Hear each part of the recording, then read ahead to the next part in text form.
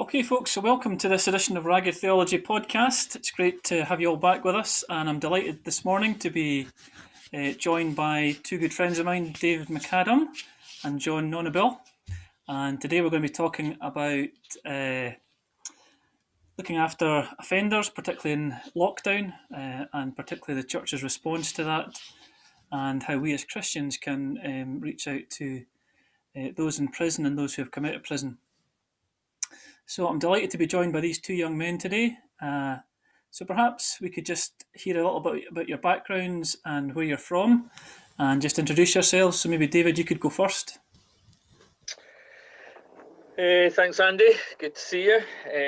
David McAdam. I work for Connect to Community. I live in Moodisburn, just in the northeast of Glasgow.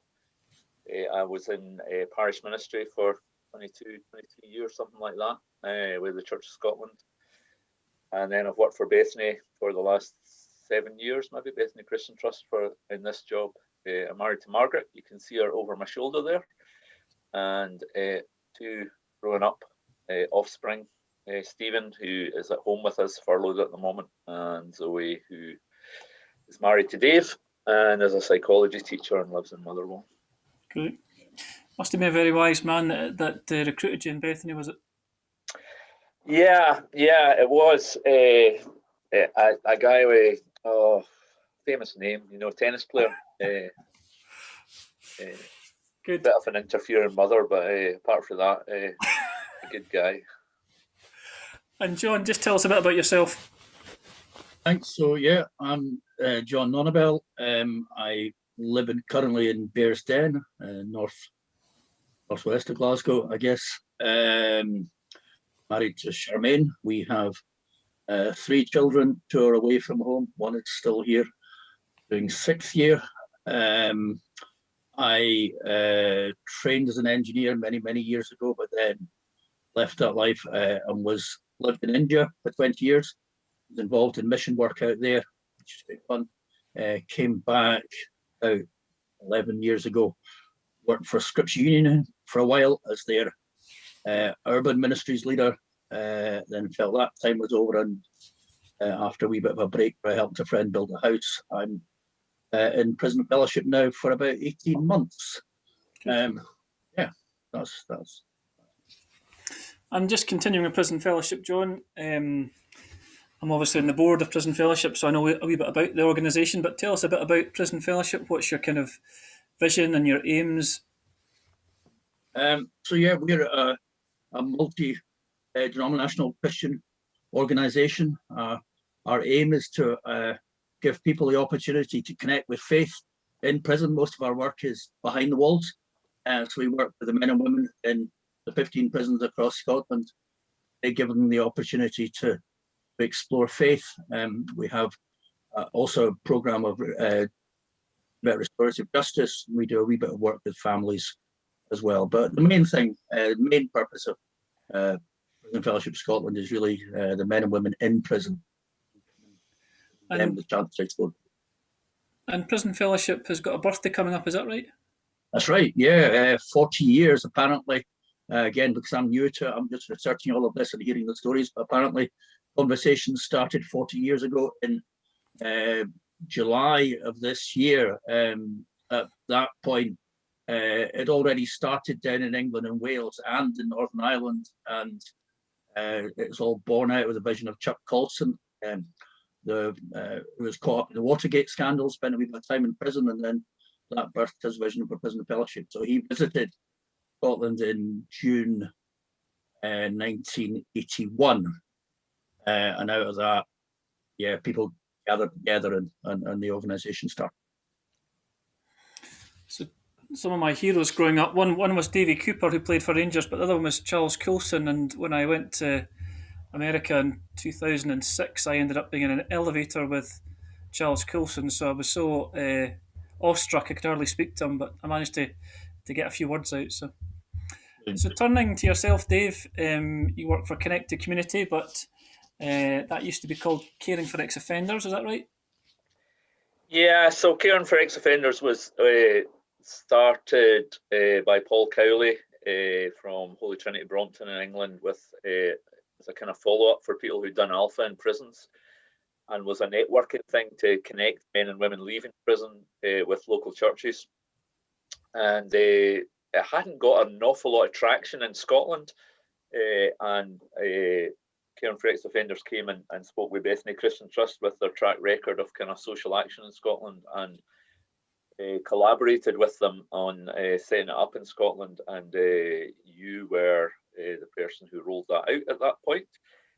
And then after a year or two, there was some changes in England, and we became our own organisation really here in Scotland, and it made a lot of sense just to be under the umbrella of Bethany Christian Trust. And at the same point, the name changed. There was a lot of reaction to the term ex-offenders within criminal justice, and it wasn't going down very well. And so we changed the name to Connect to Community, which is still great in terms of we still do what we say on the tin in terms of guys in prison. They understand what we're trying to do.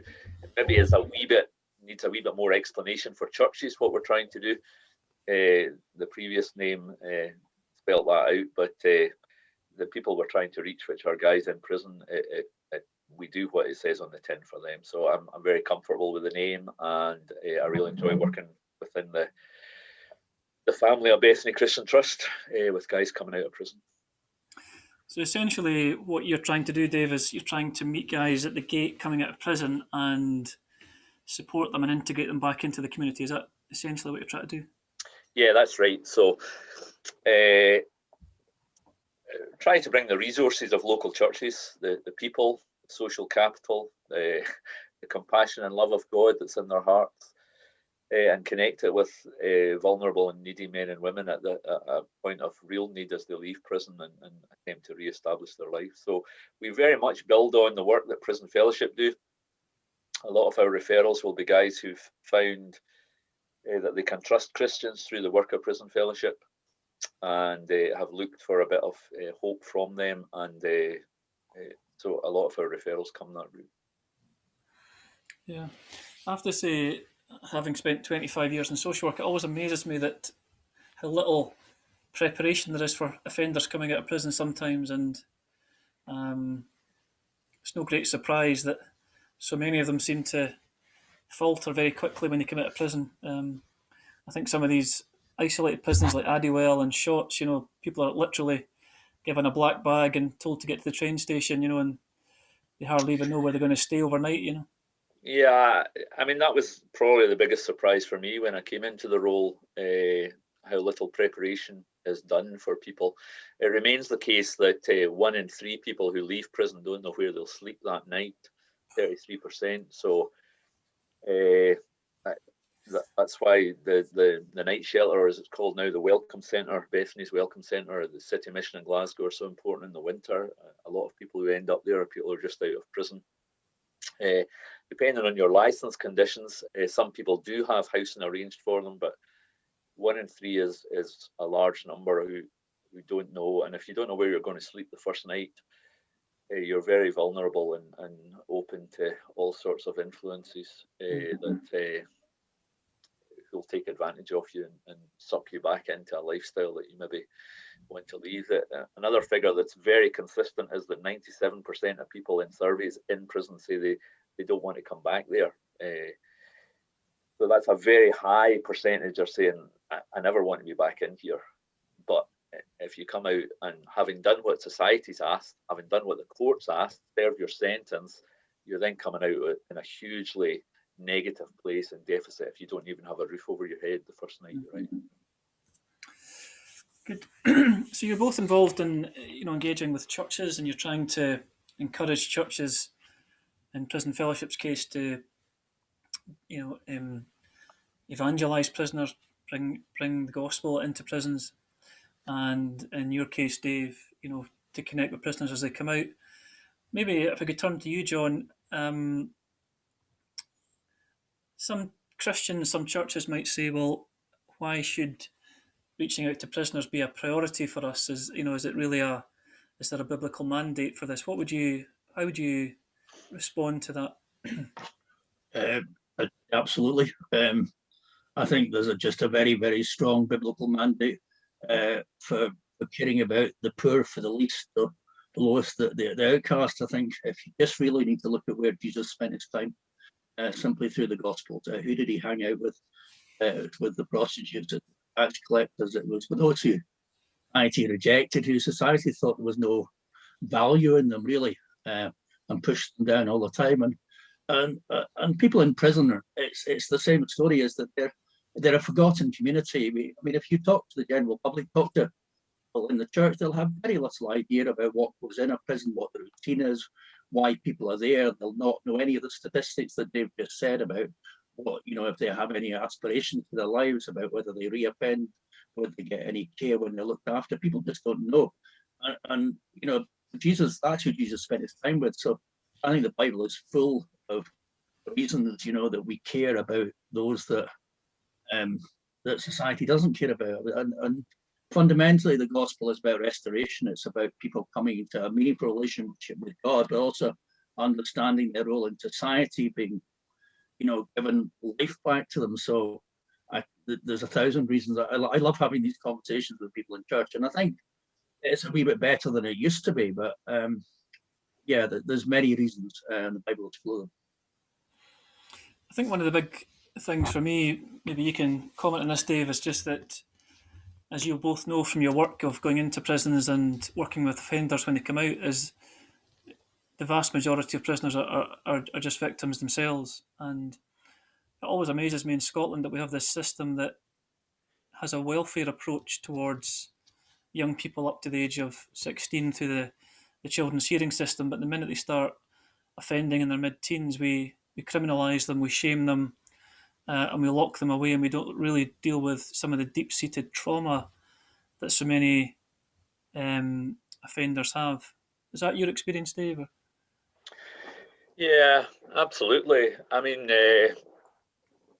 on undoubtedly the dearest name of Jesus to me personally, and the thing that I hang on to, because I know the reality of my own heart, is I guess it was given to Jesus first as a term of abuse, that he is the friend of sinners, and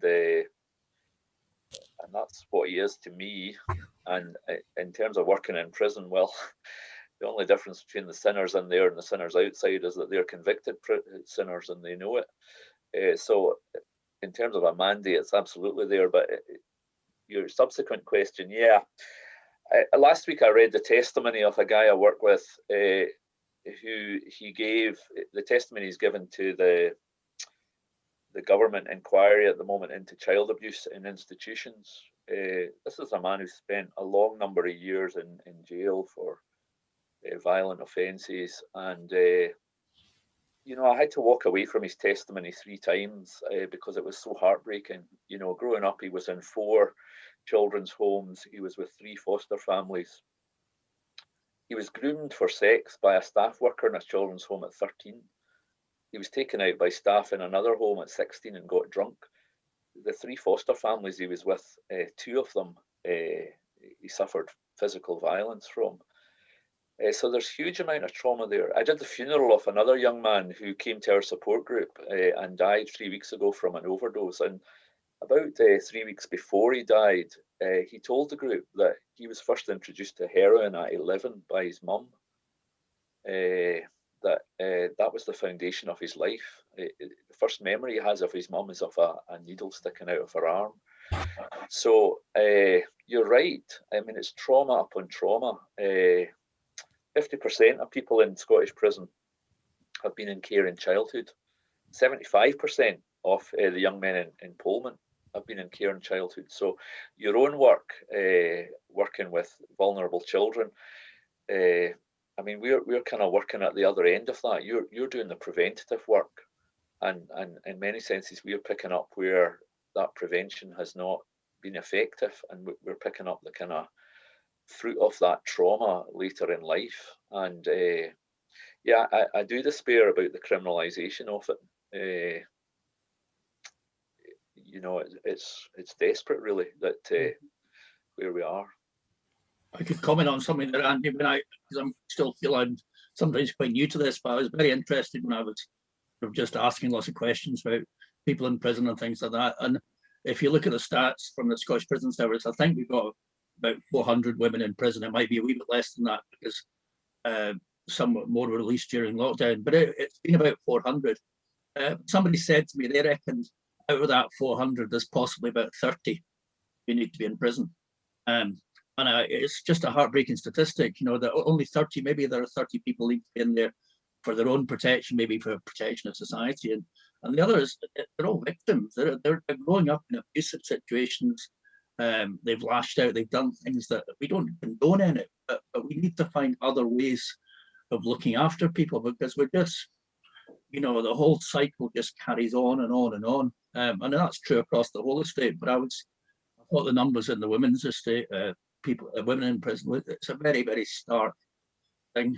And the stories that you hear, I know that one of the places we have our strongest workers in Greenock, who've been working for, probably almost 40 years, and just keep stories out of there of women who are coming to faith, but their background abuse, violence. It's sad. So just turning to lockdown, I mean, one of the things that strikes me about all the challenges of lockdown is that I can't think of, I think it was in the news last week that there was a special team going into Addiewell, is that right? But Yeah. I don't think I've heard prisons or prisoners in the news throughout the whole of lockdown. And as I think John said, prisoners are effectively a forgotten group. They're locked away, they're out of sight and out of mind. And I often think of the many people who I've known over the years, but also prison staff who have suffered trauma as well. But it's interesting. It never seems to hit the headlines unless there's a riot or somebody escapes or something. Can you just both speak to the kind of challenges of prisoners during lockdown? John, do you want to go first? Sure. Yeah. I mean, I think in terms of the prison estate, I mean, their biggest challenge was to try and keep prisons safe. And so they've reacted by bringing in a regime which is very strict. Most of the normal routine has gone the way, and so if you're in prison, you haven't had access to the gyms, you haven't had access to education, you haven't had access to visits. There have been some responses to those, so the prison service have distributed mobile phones across the estate with program numbers of those that prisoners are allowed to contact. They have got in virtual visiting, but that again brings up huge issues of digital poverty. Those that are able to use it are, there's problems there. But it's a case of isolation. I think it probably maybe splits into two areas. So there's huge numbers on remand. I was talking to one of the chaplains yesterday. 30% of the people in Low Moss prison are currently on remand. Some of them been on remand for up to 9 months. So for them, it's a huge struggle. They don't know when the court cases are going to come up. There's a huge amount of uncertainty. At the other end of the scale, if you're a long-term prisoner, if you've been in a long time, one of the things that you hope for is progression. You hope you might eventually get through to the top-end facilities at Castle Huntly or Berlini or Greenock, and the whole progression system isn't really working. So there's very little opportunity for you to be able to see your progression through prison. So it's a lack of hope. I think there's a little bit of despair going on. Mental health. The SPS is very concerned about mental health and the well-being of people in prison. I get the impression things up in Scotland have maybe not been quite as bad as some of the prisons down in England. I've heard of stories down there where people are literally locked up to almost like 23 and a half hours a day, almost on their own. If you're in prison in Scotland, you're probably getting to mix with the 30 or so guys on your land, so you're defined as a household. But that might be about it. And I suppose for you, Dave, with prisoners being released, there's a huge problem about access to services. Have you found that? Yeah, I mean, I think what John's described there is exactly how it's been. I think in terms of keeping guys free from COVID, the prison's done well. There's been big outbreaks in Adwell and Kilmarnock, but before that, I think only really one major outbreak in one hall in Berlin, and so in that sense, they've been well protected. But it really has just been putting life on hold, as John says, and mentally that's really tough for guys. Really tough. In terms of coming out, yeah, I don't really understand what's happened. I know for a period of time, Bethany was very committed to our services being maintained, and I really thought that was a huge privilege. Because for a period of time, we were the only agency that were picking people up at the gate. Other people who were normally doing it were doing remote support, and I just couldn't understand why they didn't consider themselves to be essential workers. So I've done a lot more gate pickups, keep people off public transport, and do one-to-one transport in the car. I mean, all with appropriate PPE, but that business of turning up at housing or turning up at a doctor or anything is just, I mean, it's just like a totally disconnected and disjointed service because people are working from home, and very, very difficult for guys to, and as John alludes to digital poverty, you know, I mean, we've been able to put mobile phones into the hands of a lot of people because basically without a phone at the moment, you're totally disconnected. But then there are guys who have restrictions on what they're allowed to do, and isolation has been heartbreaking, really. Yeah, it's been interesting with some statutory services how strictly they've really withdrawn from face-to-face contact, and there's been some situations where social work seems to have really taken a very strong line on no contact, particularly in the first lockdown. You know? Yeah. And how have your own services had to adapt during lockdown? Maybe John, you could go first with Prison Fellowship. Yeah, it's been tough. You know, most of what we do, most of the sort of day by day, week by week stuff is in prison, and so and we're largely a volunteer organisation. So almost all of our volunteers have had no access to prisons. There's been a wee bit of exception. We had a wee bit of work in Edinburgh, had a wee bit of opportunity in Greenock, but apart from those two, and that only for, you know, just really for a few weeks, we've had almost no access to the prisons. So we've adapted well. We've had a huge focus on prayer. We wanted our volunteers to still be connecting together and really praying, and so we've met every week. It would just come up the 1 year anniversary of doing that, of making people aware, of collecting, talking to chaplains, getting them involved in those calls, and really praying very intentionally and specifically into that. We've encouraged and supported some of our volunteers who've been able to connect through Email a Prisoner, which is a system that's there. So some of them are doing that with people they know from the prison fellowship groups, and so I think that's been a support to some of those in prison. We have just got approval from the prison service to be running a letter writing program. So we've been working with the SPS and getting that going again. It's a response to the isolation. So we've been doing that. We've done a wee bit of providing resources to chaplains. Chaplains have been very creative in terms of distributing material, getting stuff out on the prison TV radio channels, things like that. So we've done a wee bit in supporting that. And we joined with Junction 42 and getting some stuff into, they've been doing a great job in getting faith packs into the prisons, and we've participated in that a wee bit as well. What about yourself, Dave? Yeah, I mean, I don't think we've done very well, to be honest. I just never anticipated it would take this long. Because we were allowed to keep working as a staff, we largely, there's been an awful lot of one-to-one walking, just, isolated walks with individuals. I think I know every burger van in the Central Belt, and the weight's gone up because it's been a work necessity to buy rolls and sausage with so many people. But it's I difficult. think to be fair, you knew them before the lockdown, though, Dave. You promised you wouldn't give any secrets away on this podcast. Sorry. I think we'll have that bit edited out. So, yeah.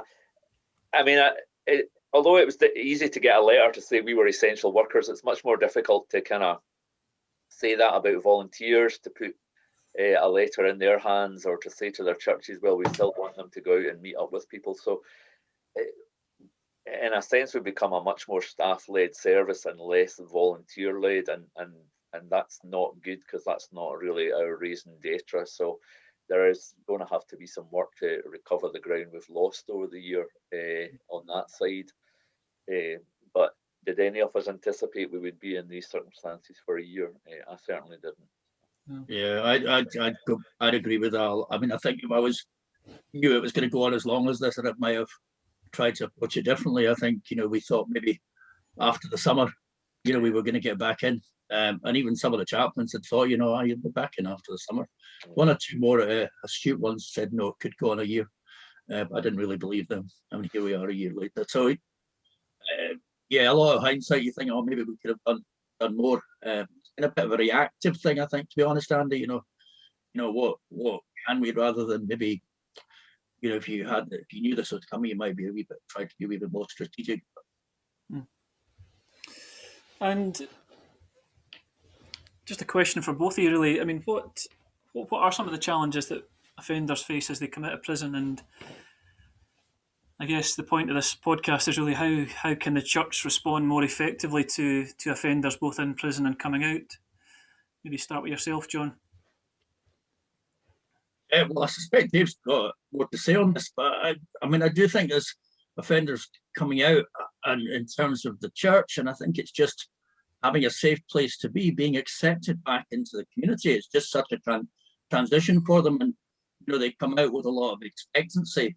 But having that support in there for the long run, you just hear stories of people coming out, and initially it goes well, but then without the support, they get back into old behaviours. So I do think there's still a big job to be done in terms of working with churches, try and help them understand that that we need to we want to welcome people back into community, to support them, to help them. And I don't think we do that particularly well, but Dave will have a better answer on this than me. I wish people would have confidence that they can do something, just who they are and how God has made them, because we often say the three things that people need most is a secure place to live, a purposeful activity, and a nurturing friendship. And we maybe can't provide housing, we maybe can't provide jobs, but all of us who've been befriended by the one who calls himself the friend of sinners can be a friend. And trust is a massive issue for people in prison. You often hear people say, I don't trust anyone and nobody trusts me. So just to build a friendship where, trust is possible, I think any of us are capable of that. And you mustn't underestimate how valuable that is in somebody's life. I sent an email, somebody that we'd worked with was in a rehab down in the Midlands, and he left a few weeks ago. And I sent an email to a fairly large and well-known church down there, just because he was in a desperate situation and needed food. I sent their address and I didn't hear back. And 2 weeks later, I got this email back saying, I've been doing research into who's the best person to help this person.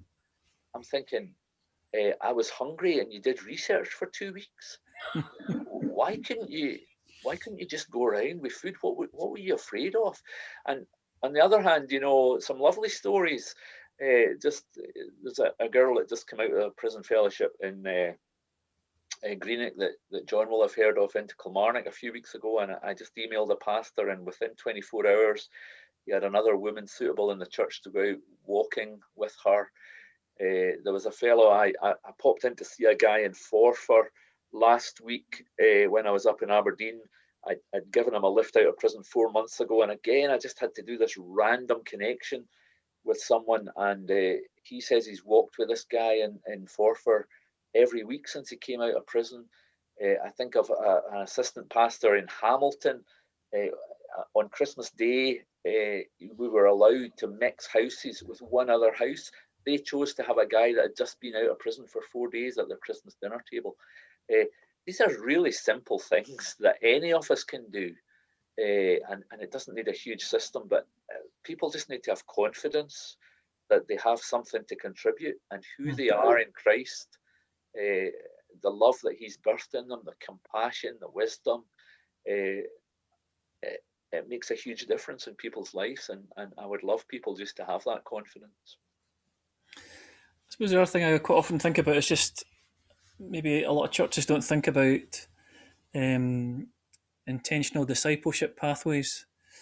You know, if a guy comes out of prison who's maybe just become a Christian in the last few months, you know, how are we going to disciple him? What, or who can disciple him, perhaps? You know, and I think there's an assumption that people can walk into a church and grasp what's going on or understand the sermon, whereas we really need to think much more about discipleship at different stages, I think, don't we?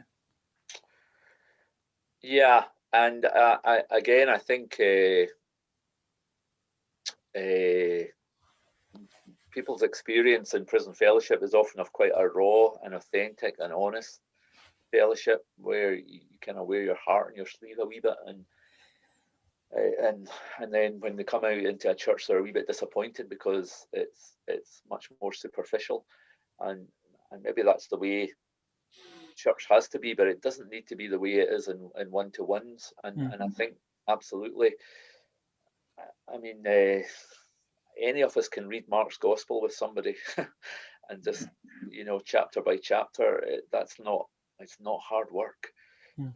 I've been doing the Ed Welsh book, Banquet in the Grave, about addiction, with quite a number of guys that we can't see regularly, just on the phone, just reading a chapter a week and talking about their experience. So again, it's not hard work. Very simple stuff, and a lot more people could do it, I think, than realise they can do it, and engender that confidence and that intentionality, as you say.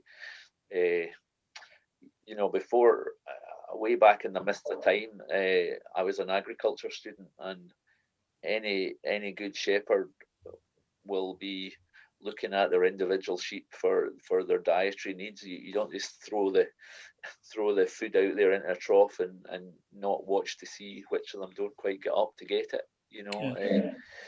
So we need that kind of individual intentionality with people, definitely.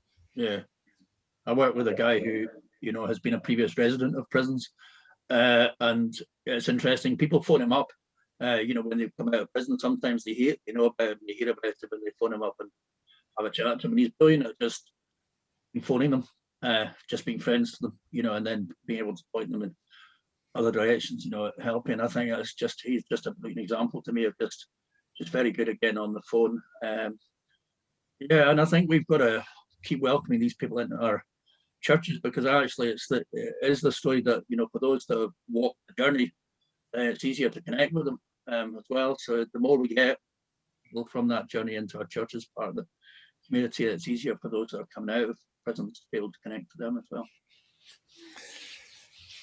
And just turning to, I often think that somebody that's overlooked in all this is the prison staff, and for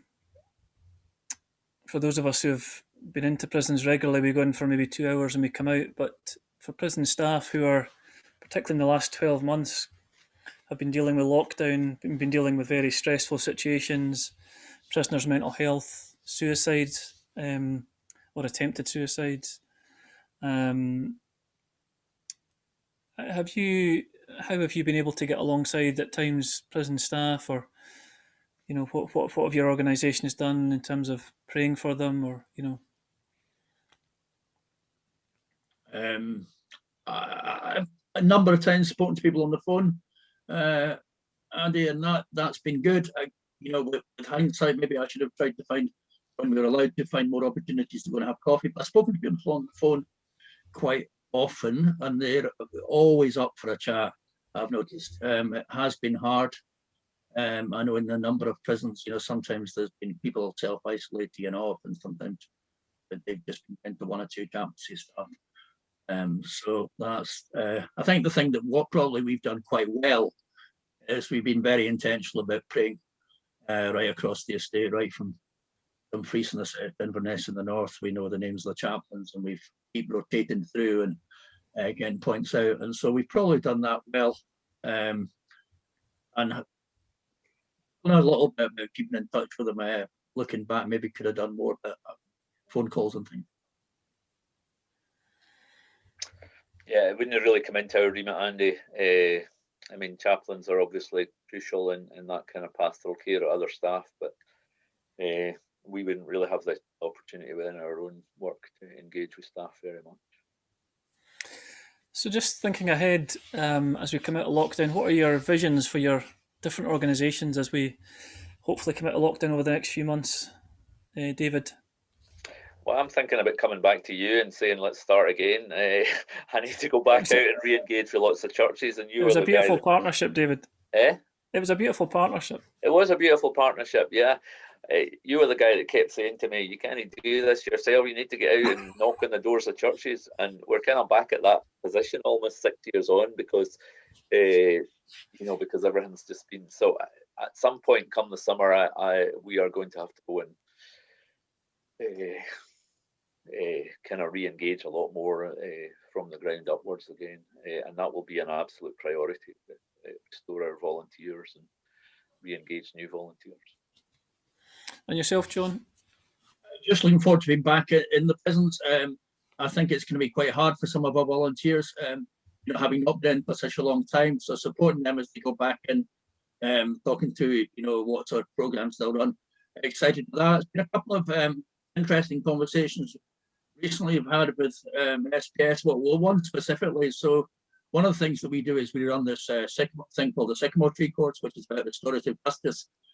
So the Scottish Government have just allocated a pile of extra money into restorative practice, which is interesting and it could be very good. And so I'm hoping that we will find ways of engaging with the government, with prisons, more on that.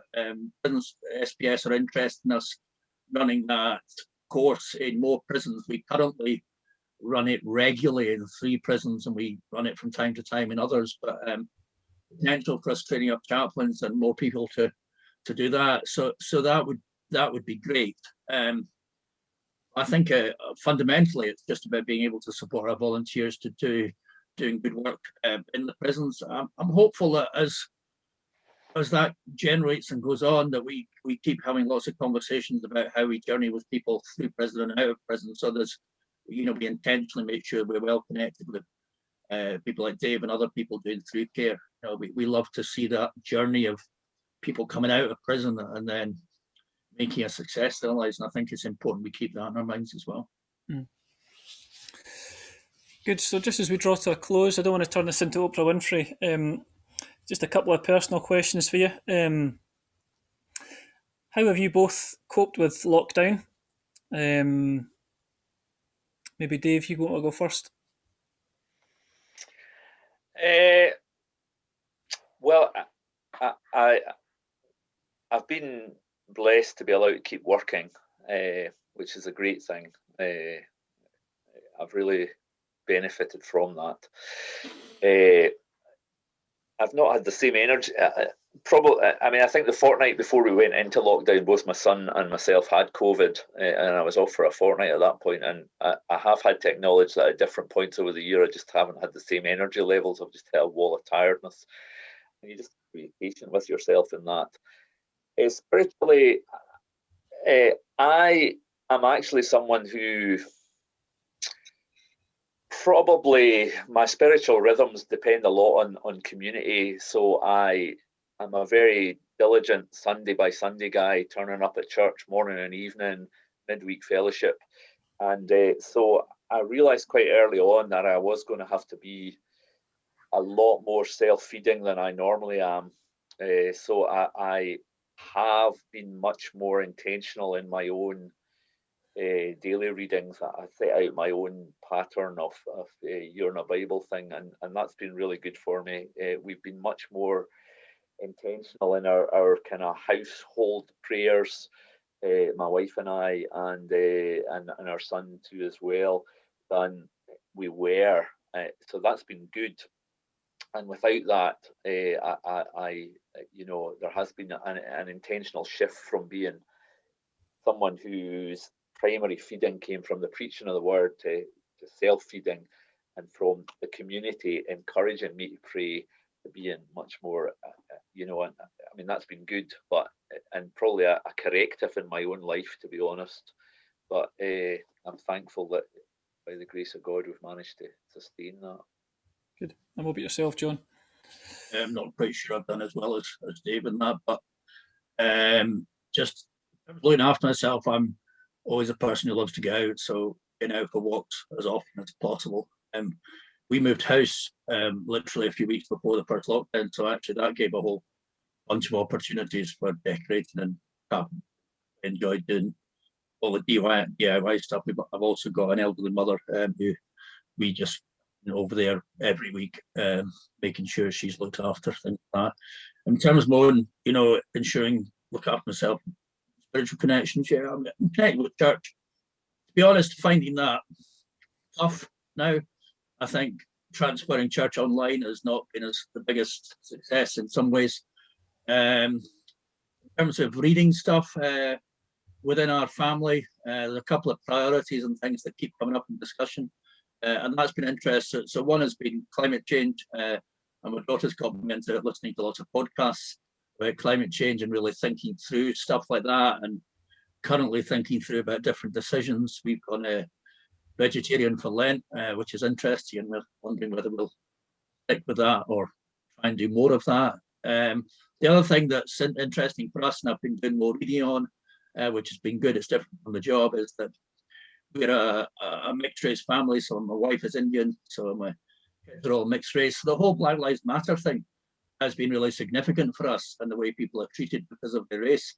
So I've been doing another bunch of reading in respect to that, in Lindsay's book about race and about a few other things like that, some podcasts and things. So that's been, and it's all in the context of my faith.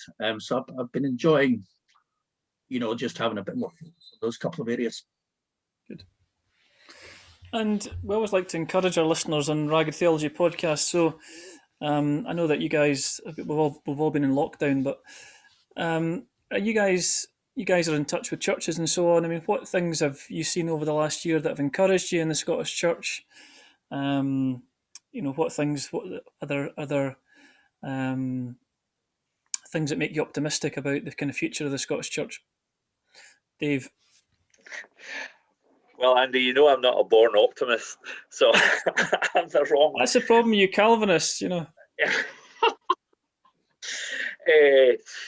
probably the wrong person to ask that question. I mean, I'll say what's on my heart. I don't think we hear about the really significant things that are happening. I think we hear about big stuff, and I've just been reading in 2 Corinthians in the last week, and two things.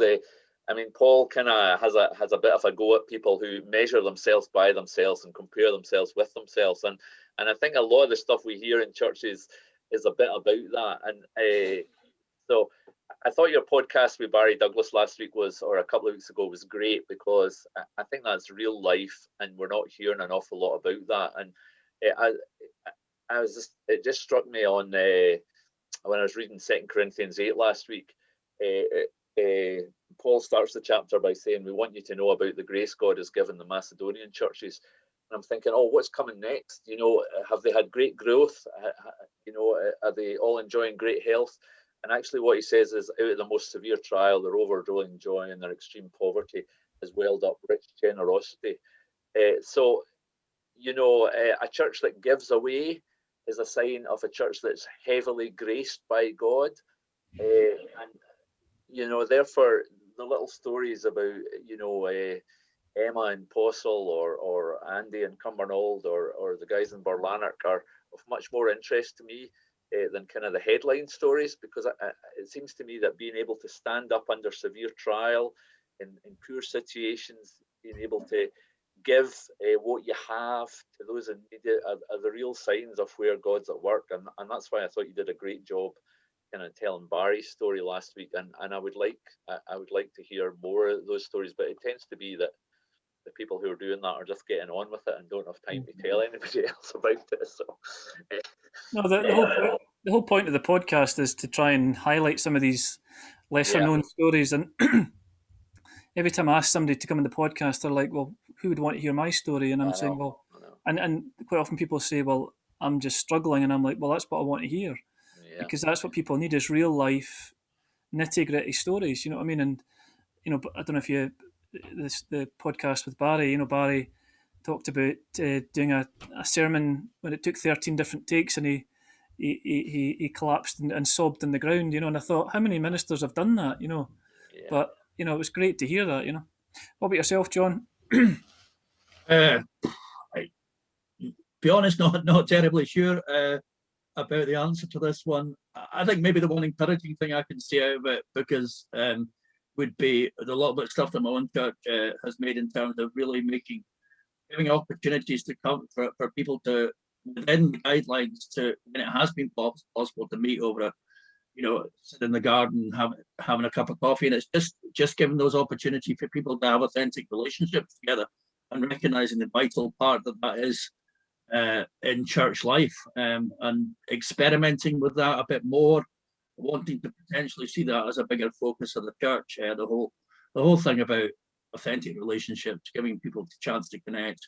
There's some talk about having a real focus on about giving people to talk much more about their mental health within the context of the church. I think those things are really, really important.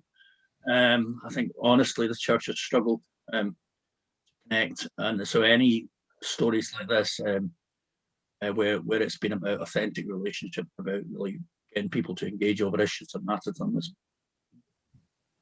Great. I mean, I've got so many encouraging stories, but I mean, just one that springs to mind is that there's a church in Edinburgh that gives us,